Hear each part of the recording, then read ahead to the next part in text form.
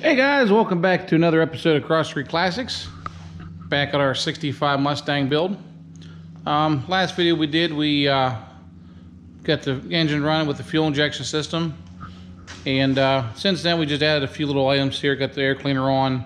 In the back here we added some new quarter windows. We bought these complete quarter window assemblies through CJ Pony. The owner wanted some new chrome here because the other chrome was pretty pitted, so it's so economical just to buy it as a whole unit and put it in. So did all that, got everything working real nice here. Everything's real smooth, everything lubed up, cleaned up, everything's adjusted.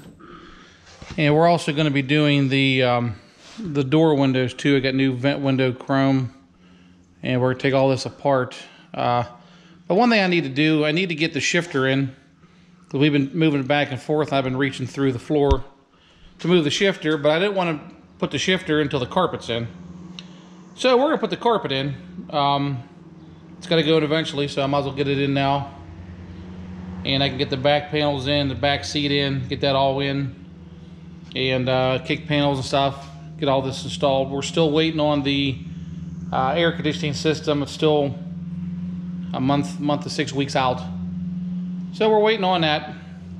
But anyway, so we're gonna get the carpet in. I have the carpet outside in the driveway baking. Yeah, they tell you to let the stuff out, let it relax for a while. So it's been out in the sun here for a few hours, relaxing. And we're gonna get this installed. So let's go. All right, guys, so what we're gonna do first, we're gonna put the back in, the back half of the carpet. The carpet's front and rear half, the back goes in first. And you can see the floors are pretty nice in this car. What we did here, so we just cleaned everything up real nice. And you can see over here, this stud's still in here. There's one on the other side that's out. Somebody along the line had put a set of shoulder harnesses in. So we need to cut holes for that. But so we're gonna get this laid in and get it fitted. Another thing too I need to do, this is something that a lot of people forget to do, is these screws here are used to hold the carpet in place, and these are always seem to be left out when people install carpet, and it's easily left out. But I need to get these old screws out of here first before we do anything, because this helps hold it in place, the top carpet to the bottom carpet. So we're gonna get these out here next.